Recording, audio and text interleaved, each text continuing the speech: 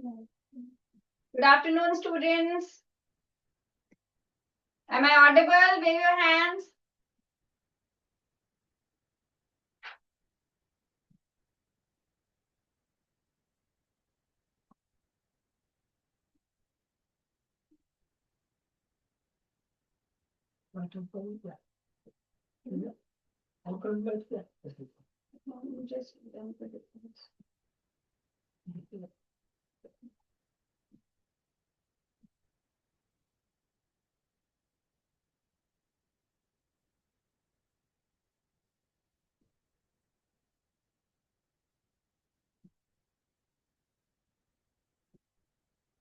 Okay, beta. Have you done this chapter, metals and non-metals? Unmute your mic. Tell me who all have done this chapter, metals and non-metals.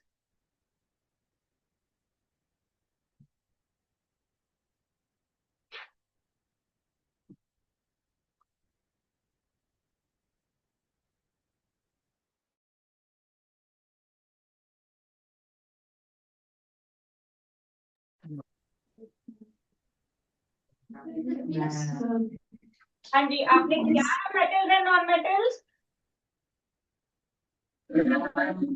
Yes, ma'am. Okay, stay there and tell me what is a metal? What do you know about metal?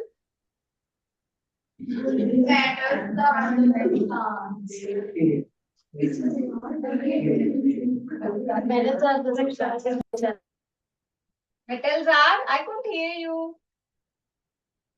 Repeat your answer.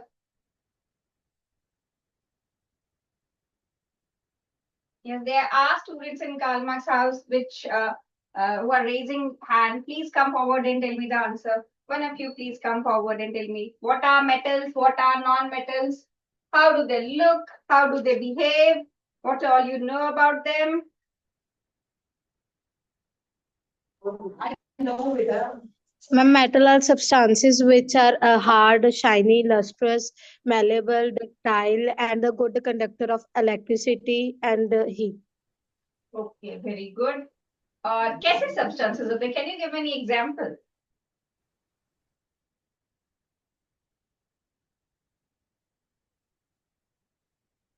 Raise your hands who know the example of. Ma'am, aluminium, iron, gold. Okay, can you see this aluminium atom in the picture? Have you seen this kind of atom? What is it? Can you please brief? क्या चीज है ये? कैसा दिखता है metal? ये कुछ picture को रिलेट कर पा रहे हो? What is this? जो आपके सामने बोर्ड पे पिक्चर है. Who can explain me what is this? Who knows about it? क्या है ये चीज?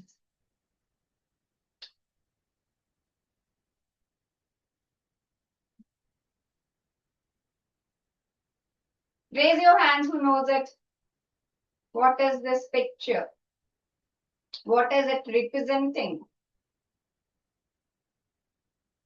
Okay, listen to me carefully then. See, ये एक एल्यूमिनियम का एटम है. एटम क्या होता है? एटम होता है सबसे छोटा पार्टिकल किसी भी एलिमेंट का. टोटल पीरियोडिक टेबल में हमारे पास 118 एलिमेंट्स हैं, जिसमें से मैं सिर्फ एक एलिमेंट आपको दिखा रही हूँ, एल्यूमिनियम, जो कि एक मेटल है. आपने अपने घर में देखा होगा. आप एल्यूमिनियम की फॉइल में खाना रैप करते हो, चपाती रैप करते हो, तो फॉइल बनाने के काम आता है. वो एक मेटल है. ठीक है. तो एल्यूमिनियम का एटॉमिक नंबर होता है 13. तो आप याद देख सकते हो सेंटर में लिखा है 13. तो जो भी एटॉमिक नंबर होता है किसी भी एलिमेंट का, उसमें जितना पॉजिटिव चार्ज होता है वही उसका एटॉमिक नंबर होता है. तो यहाँ पर 13 पॉजिटिव लिखा है. दैट मीन्स उसका एटॉमिक नंबर 13 है. उसके पास 13 पॉजिटिव चार्ज वाले पार्टिकल्स हैं जिनको प्रोटॉन्स बोलते हैं. और साइड में उसके पास है इलेक्ट्रॉन्स. ये जो सर्कल्स हैं ये शेल्स होती हैं और इन शेल्स में इलेक्ट्रॉन्स होते हैं. जैसे फर्स्ट शेल में आपको 2 रेड कलर के डॉट्स दिख रहे हैं, जो कि इसके इलेक्ट्रॉन्स है। फर्स्ट शेल में 2 ही इलेक्ट्रॉन्स हो सकते हैं, ठीक है। सेकेंड शेल में टोटल 8 इलेक्ट्रॉन्स पॉसिबल हैं। तो सेकेंड शेल में 8 डॉट्स दिख रहे हैं आपको, और जो थर्ड शेल है उसमें सिर्फ 3 डॉट्स दिख रहे हैं, 1 2 3, जो सर्कल भी किए हुए हैं, ठीक है। तो ये जो 3 डॉट्स आपको मिल रहे हैं लास्ट शेल में, वो उसके लास्ट शेल के इलेक्ट्रॉन्स हैं, जो टोटल 13 इलेक्ट्रॉन्स।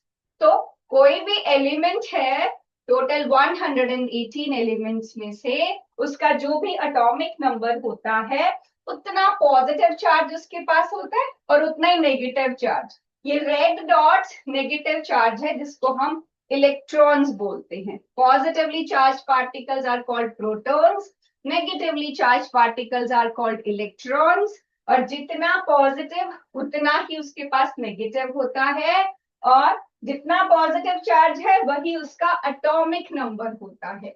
तो एल्यूमिनियम जो कि एक मेटल है, उसका एटॉमिक नंबर कितना हुआ? 13। कितना पॉजिटिव चार्ज है उसके पास? 13। कितना negative charge, red dots, electrons कितने हैं? 13, ठीक है। तो अब जो मेटल्स हैं, जैसे अभी एक स्टूडेंट ने बोला कि मेटल्स कैसे होते हैं, लस्ट्रस, शाइनी, ठीक है, मेलिएबल, डक्टाइल। तो ये जो उनकी प्रॉपर्टीज है, हम यहाँ वीडियो से समझेंगे कि ये प्रॉपर्टीज उनकी क्यों होती हैं, ठीक है।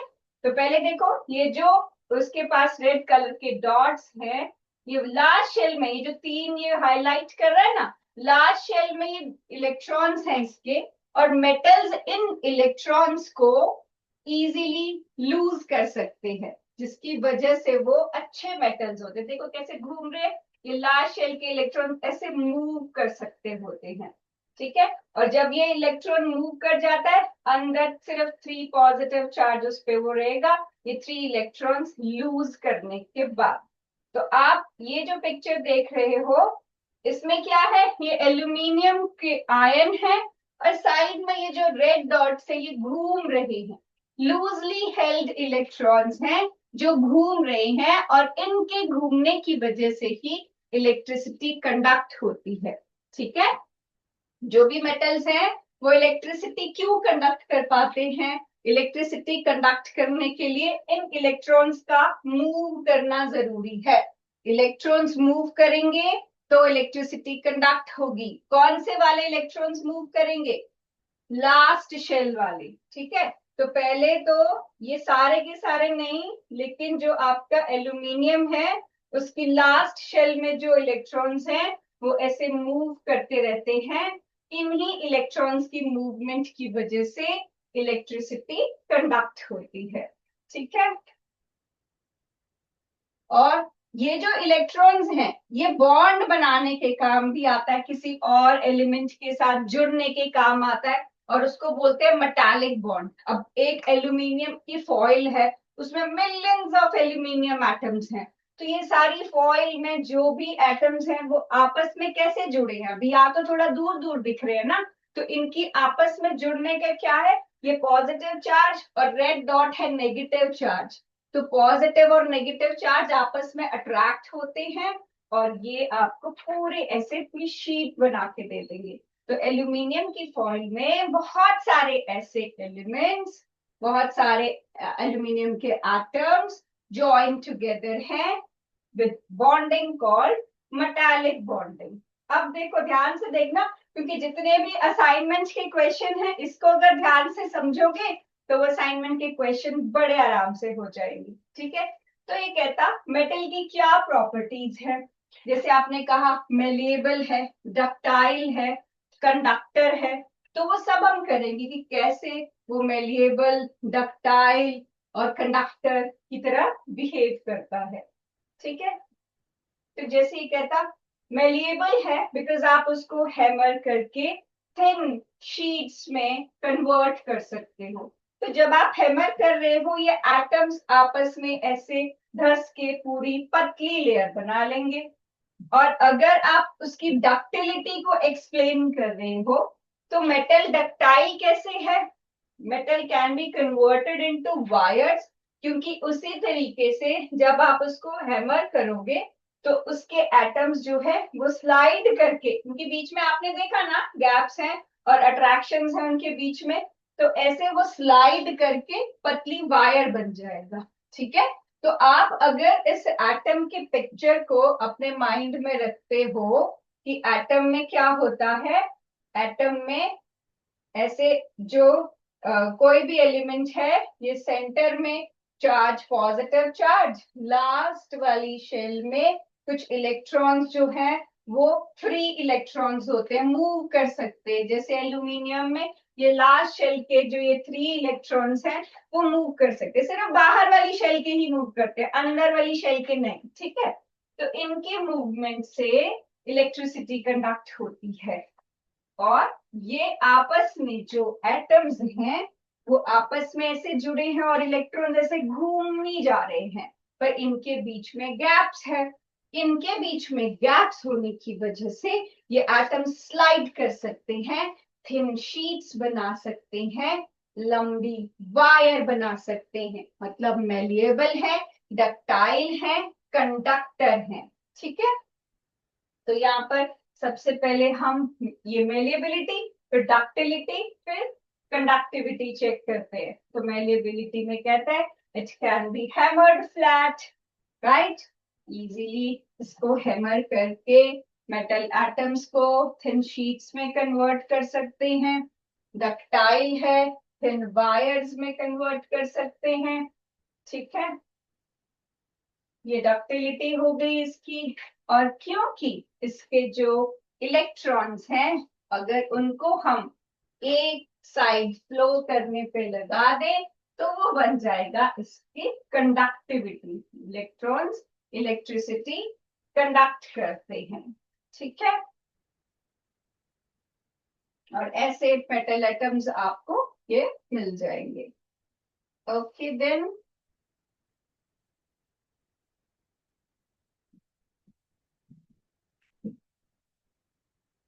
have you got the assignment? Take out your assignment. Take out. हम पहले कुछ प्रॉपर्टीज लिख लेते हैं, कॉपी भी निकाल लो, और फिर हम असाइनमेंट के क्वेश्चंस करेंगे। ठीक है, तो देखो जो कहता है मेटल्स जो हैं, metals are good conductor, good conductor of heat and electricity.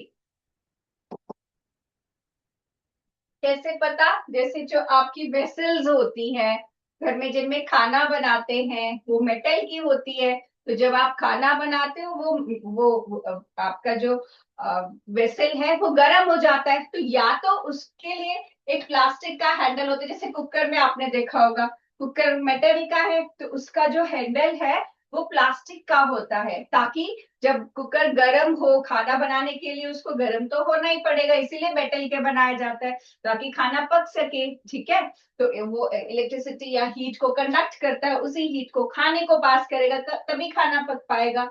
लेकिन हमें जब उसको हैंडल करना है, उठाना है, तो हमें अपना हाथ लगाना पड़ेगा, तो हमें तो हीट की जरूरत नहीं है इतने ज्यादा की, तो फिर हम उसके ऊपर प्लास्टिक का कवर लगा देते हैं। अब जो प्लास्टिक है, प्लास्टिक मेनली पॉलीमर ये होता है और ये कार्बन से और उसके कंपाउंड से बनता है। और कार्बन क्या है? कार्बन एक नॉन मेटल है। ठीक है, carbon is a non metal और ये है poor conductor of heat and electricity, poor conductor of heat and electricity। ठीक है, ये एक प्रॉपर्टी हो गई मेटल की। सेकेंड प्रॉपर्टी मेटल की है that it is sonorous. Metals are sonorous. Sonorous मतलब साउंड प्रोड्यूस करते हैं, जैसे कि आपकी जो स्कूल की बेल है उसको प्लास्टिक का नहीं बनाया हुआ है, उसको मेटल का बनाया हुआ है, उसके ऊपर हैमर से फिर स्ट्रक किया जाता है। ठीक है, या फिर अगर इलेक्ट्रिक है तो इलेक्ट्रिक बेल में भी ऐसा ही होता है, तो मेटल के होते हैं। क्यों? क्योंकि मेटल अच्छे से साउंड करती है, तो आपको वो आवाज पहुंच जाती है क्लासरूम तक। अदरवाइज अगर मैं कोई हल्की सी साउंड ऐसे लकड़ी पे कर दूंगी, वुडन पीस पे, तो वो आपको आवाज नहीं सुनाई देगी। तो मुझे वुडन बेल नहीं बनानी है, मेटालिक बेल बनानी है। वुड में क्या है? वुड में अगेन वुड होता है कार्बोहाइड्रेट, कार्बन का कंपाउंड। ठीक है, तो कार्बन का कंपाउंड जैसे हमने प्लास्टिक में किया, तो वैसे ही वुड भी एक नॉन मेटल मतलब कार्बन से बना है। तो मेटल में साउंड है, इसीलिए जो बेल्स हैं वो हम मेटल की बनाते हैं। ठीक है, लेकिन जो नॉन मेटल्स हैं दे आर नॉट सोनोरस। तो अगर मैं बोलूं कि मैं वुड की बेल नहीं बनाती, वुडन बेल, क्योंकि वुड बना है कार्बोहाइड्रेट से, कार्बन से, जो कि एक नॉन मेटल है। आपने पढ़ा है ना फोटोसिंथेसिस, आप पढ़ते हो तो फोटोसिंथेसिस में बोलते हो कि प्लांट्स अपना खाना बनाते हैं कार्बन डाइऑक्साइड और वाटर से, सनलाइट की प्रेजेंस में। तो कार्बन डाइऑक्साइड कार्बन है उसमें, ठीक है, वो कार्बोहाइड्रेट उसी से बना है वर्ड। राइट, ये सेकेंड प्रॉपर्टी होगी। थर्ड प्रॉपर्टी आ गया that metals have high boiling point. Metals का हाई बॉइलिंग पॉइंट है या मेल्टिंग पॉइंट है, बीपी या एमपी लिख रही हूँ, boiling point and melting point, and they can be moulded into different, moulded into different shapes. ठीक है, अब जैसे अगर मुझे आयरन को मेल्ट करना है तो मैं मैचस्टिक से तो नहीं कर सकती। ठीक है, मुझे आयरन को अगर मेल्ट करना है तो मुझे हाई टेम्परेचर देना पड़ेगा, सिर्फ एक माचिस की तीली जला के नहीं मैं कर सकती हूँ। पर वहीं पर अगर मुझे एक पेपर को बर्न करना है, या किसी कार्डबोर्ड को बर्न करना है, या प्लास्टिक को बर्न करना है, तो वो इजीली हो जाता है। क्यों? क्योंकि ये जो पेपर है या कार्डबोर्ड है या जो प्लास्टिक है, अगेन ये किस चीज से बना है? ये भी सब कार्बन से बनता है। पेपर, वुड अपने प्लांट से बनता है, कार्डबोर्ड भी उसी से बनता है, प्लास्टिक मैंने आपको बताया जैसे पॉलीथीन है, पॉलीइथीन होता है, वो इथीन होता है कार्बन का कंपाउंड। ठीक है, तो पॉलीथीन भी एक कार्बन कंपाउंड है, वो भी एक नॉन मेटल से बना है। तो ये जो कार्बन कंपाउंड्स हैं नॉन मेटेलिक हैं, इनका कैसा रहता है? लो मेल्टिंग पॉइंट या बॉइलिंग पॉइंट होता है। ठीक है, और मेटल्स का high melting and boiling point होता है। राइट, फिर हम फोर्थ पॉइंट करते हैं कि मेटल्स कैसे होते हैं। मेटल्स होते हैं लस्ट्रस। लस्ट्रस मतलब उनमें चमक होती है। अब this is because of free electrons, जो मैंने दिखाया आपको वीडियो में, वो रेड कलर के डॉट्स जो कि पूरा मूवमेंट कर रहे थे, वो हैं फ्री इलेक्ट्रॉन्स। तो metals are lustrous because of sea of free electrons या मोबाइल इलेक्ट्रॉन्स। मोबाइल जो मूव कर सकते हैं। E negative is for electron, electrons are negatively charged. You can write this explanation, you'll understand it better, you can write a better answer if you're asked about this, so please do write.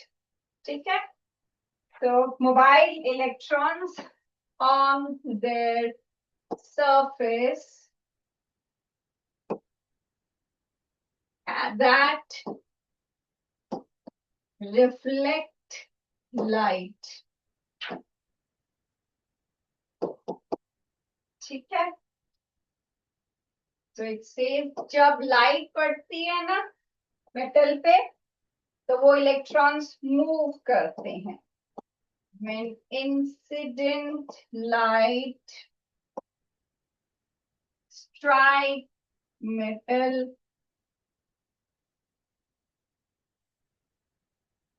these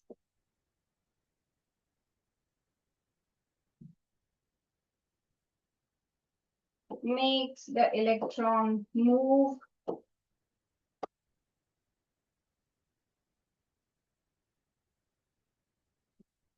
causing incident light to reflect back, to reflect back. ठीक है, जो light उस पर डालते हो, जो sunlight कुछ भी लाइट सोर्स का अगर डलता है मेटल पे तो उसके इलेक्ट्रॉन्स उसको रिफ्लेक्ट बैक करते हैं और उससे वो लस्ट्रस नजर आती है। ठीक है, तो ये हो गया 4 point metals are lustrous. Then comes कि जो मेटल्स हैं दे आर मेलिएबल, जो आपने देखा भी था, आपने देखा था कैसे मेटल एटम्स जो हैं वो हैमर जब किए जाते हैं तो स्लाइड करते हैं एक दूसरे के साथ और वो मेलिएबल होते हैं, थिन शीट्स में चेंज हो सकते हैं। So this is because their atoms their atoms are arranged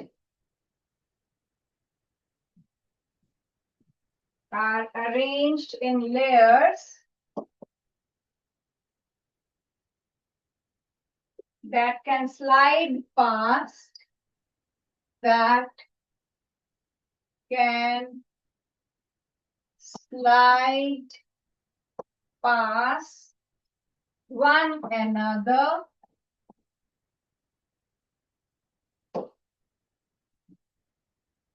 without breaking the metallic bonds. Without breaking the metallic bonds. ठीक है, मेटालिक बॉन्ड जो मैंने आपको बताया कि वो आपस में जो बॉन्डिंग करते हैं उन्हीं को मेटालिक बॉन्ड बोलते हैं, तो उसको ब्रेक नहीं करता, बस उनको एडजस्ट कर देता है। और ये जो मैंने आपको इलेक्ट्रॉन सी मॉडल बताया था वो सी पे बेस्ड है। Property made possible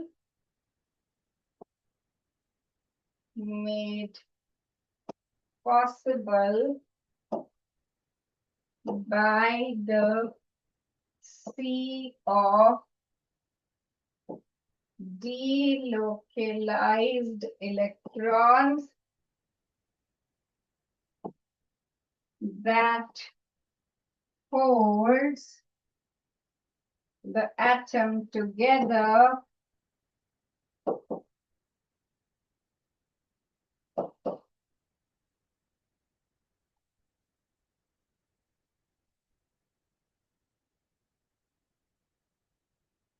and these atoms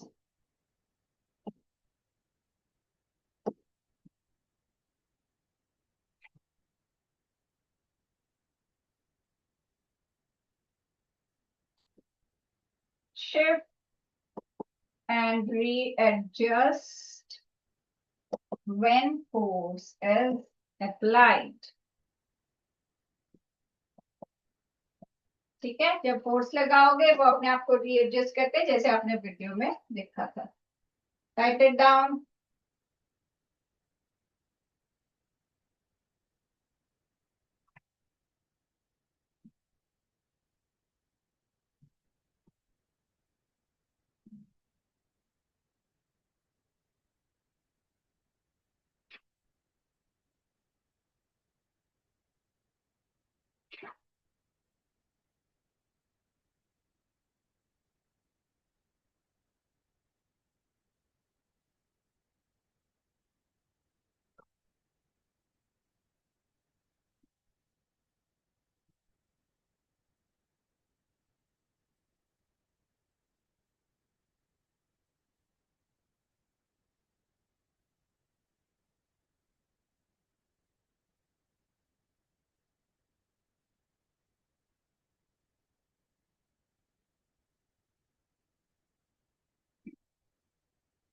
Okay, so this was for metals are malleable. So why are they malleable? ठीक है. फिर अगर आपसे पूछे why are metals sonorous? Why are metals sonorous? Sound क्यों प्रोड्यूस करते हैं? ठीक है करते हैं, लेकिन क्यों प्रोड्यूस करते हैं? So because they have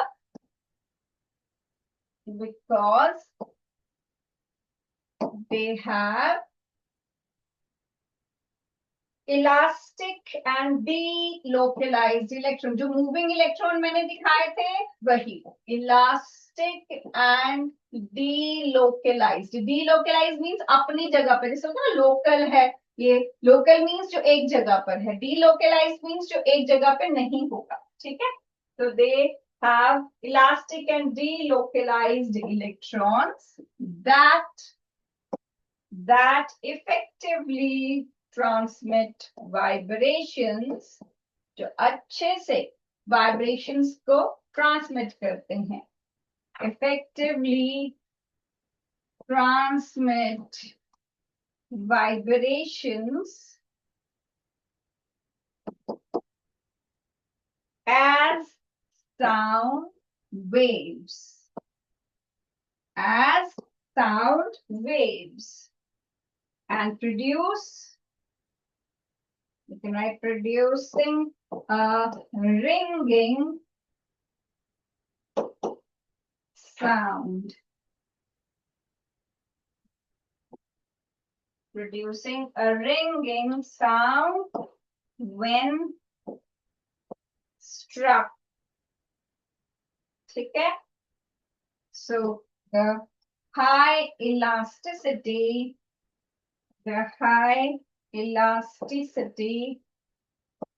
allows them to vibrate as sound waves.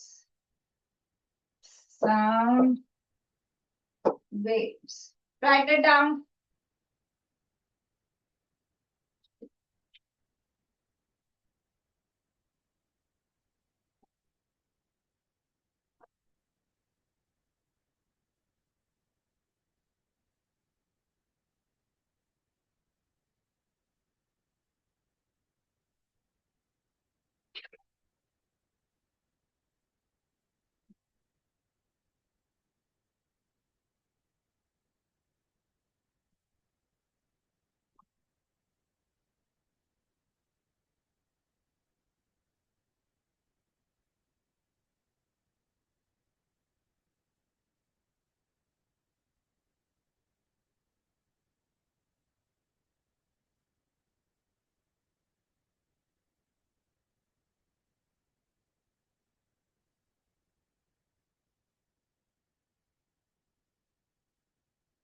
Okay, next property we will talk about their states. कि कैसा स्टेट होता है. मेटल्स जो है, मेटल्स कैन बी सॉलिड, जैसे कि आप स्पून देखते हो मेटल का सॉलिड है, या आप नाइफ देखते हो मेटल की, वो सॉलिड है. मगर कुछ मेटल्स लिक्विड भी होते हैं, जैसे मर्करी जो है वो एक लिक्विड मेटल है.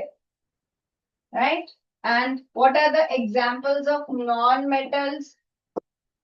नॉन मेटल्स हो गए जैसे कि सल्फर हो गया, कार्बन हो गया, ऑक्सीजन हो गया, नाइट्रोजन हो गया. ये सब क्या है? नॉन मेटल्स है. अब इसमें कुछ तो गैसेस के फॉर्म में एग्जिस्ट करते हैं, जैसे O2 गैस है, नॉन मेटालिक है. N2 है, नॉन मेटालिक है. ठीक है, क्लोरीन है, नॉन मेटालिक है. और ये गैसेस हैं. लेकिन नॉन मेटल्स जो कि लिक्विड है, ब्रोमीन नॉन मेटल है लेकिन लिक्विड है.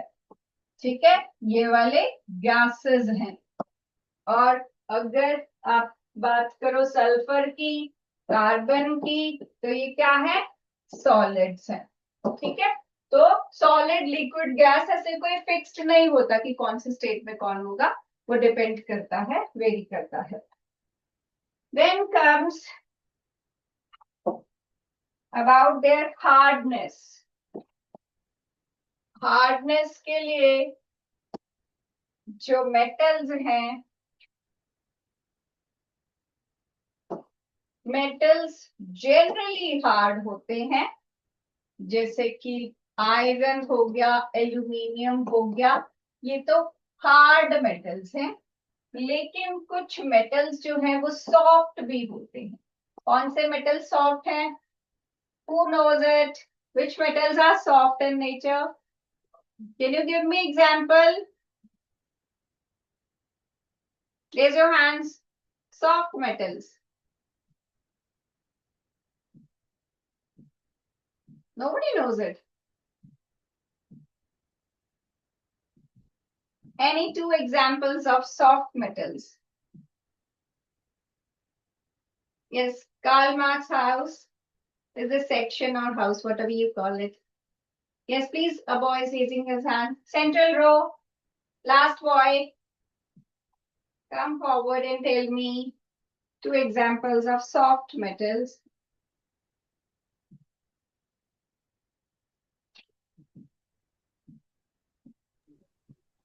Ma'am, sodium and potassium.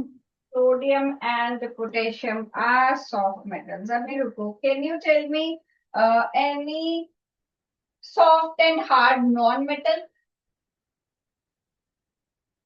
Soft non-metal and hard non-metal. बोलो.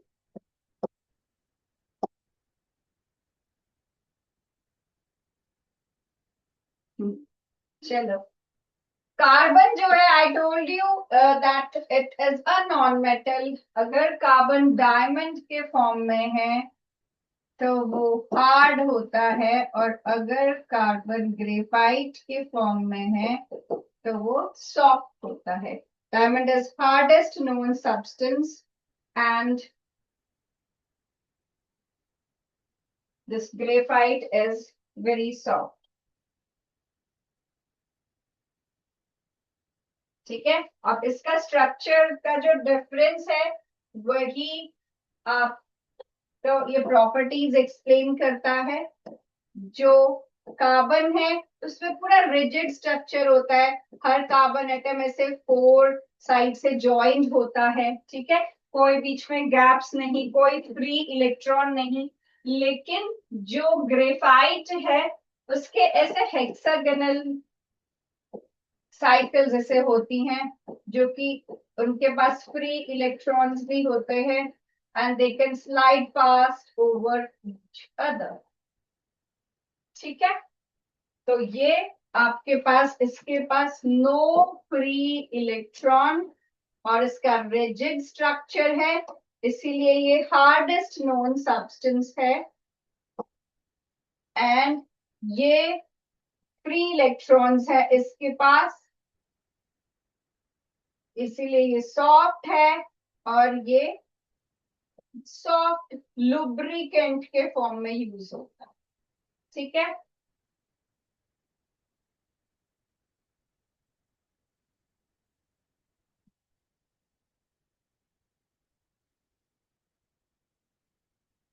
Right it down.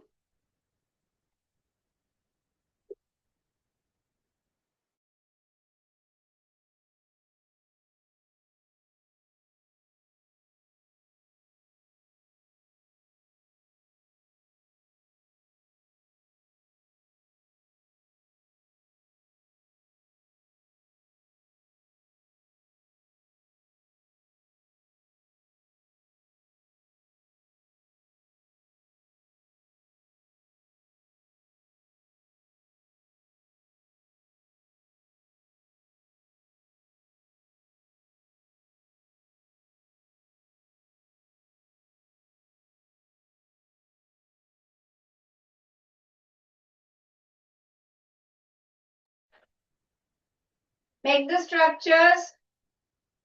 This will help you in solving the assignment, and do it fast.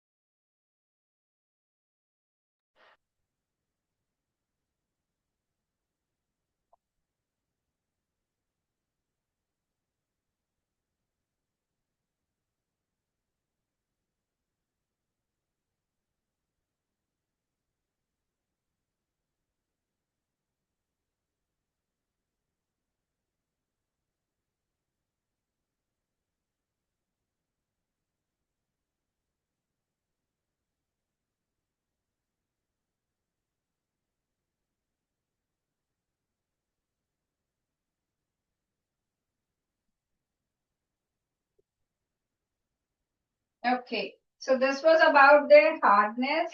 Next is about, we have covered most of the physical properties. Let's do the assignment. Take out your assignments and try doing first 5 questions. I'll discuss it. I'll ask you one by one. I give you 5 minutes. Start solving it.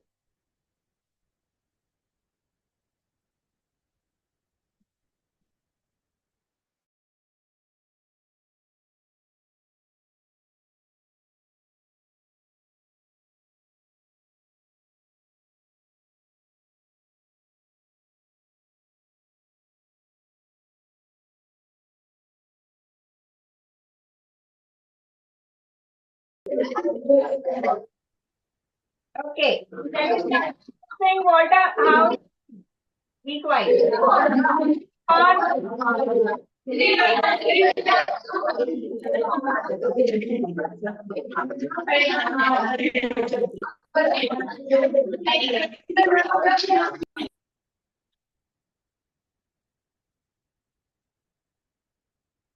Okay, take out your assignment. Take out the first question.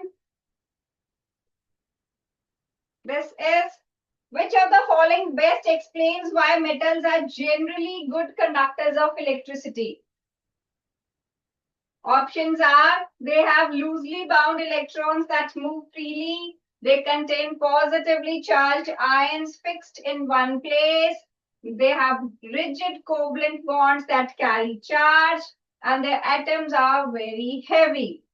So, what is the answer? Raise your hands who knows it. What is the answer?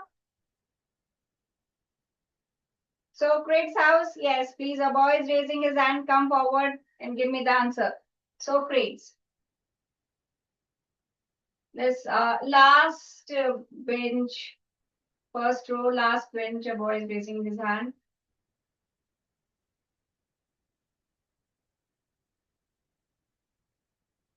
Quickly, please come. Yes. Ma'am, B option. B option. They contain positively ions fixed in one place. Why are they good conductors? Conductors क्यों है वो? Conductors इसलिए है क्योंकि जो उनके free electrons है वो easily move कर सकते हैं. जो मैंने आपको random red color के dots move करते हुए दिखाए थे, they are free electrons which move and conduct electricity. So answer is A option, right? The correct answer is A option. Second question, aluminium is light in weight but still very strong. What property of metals explains this behavior? Yes, Plato House girls are raising their hands. One of you please come forward fast and tell me.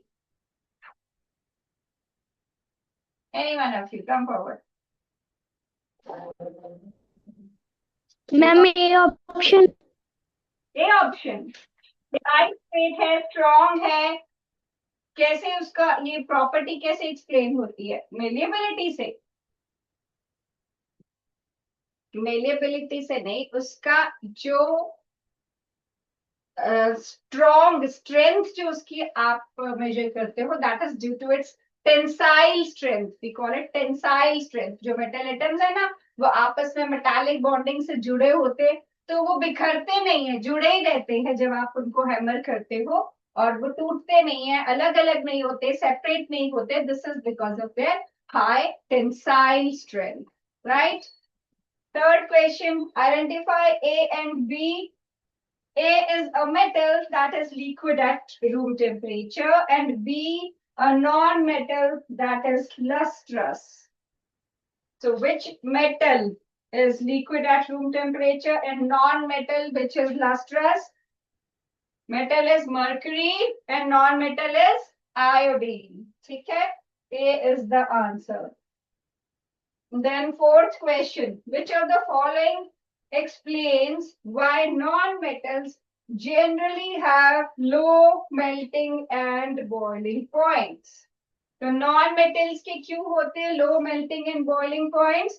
Because उनके बीच होती हैं week intermolecular forces. ठीक है, week intermolecular forces की वजह से उनके होते हैं low melting and boiling points.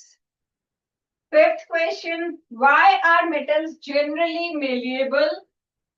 Malleability की जो प्रॉपर्टी है, जैसे मैंने आपको दिखाया था, वो लेयर्स ऑफ एटम्स आपस में ज्वाइन थे, तो layers of atoms easily slide without breaking bond. So answer to fifth question is B, that layers of atoms easily slide without breaking bond. Sixth question, which property of metals allow them to be drawn to thin wires? This is ductility. I know you know it, most of you must be knowing it. This is ductility. Then seventh question, why don't non-metals generally produce a ringing sound when they struck? तो उनका वैसा structure नहीं होता जैसा metal का होता है, इसीलिए वो रिंगिंग साउंड नहीं प्रोड्यूस करते हैं. So answer is that they lack the tightly packed lattice needed for vibration. tightly packed lattice क्या है? जो स्ट्रक्चर मैंने मेटल एटम्स का आपको दिखाया था वो tightly packed lattice है. Then is identify A and B from the behavior shown. A is metal that floats on water and catches fire when cut. Which is this metal which floats on water and that can be easily cut? Yes, Karl Marx house, last bench.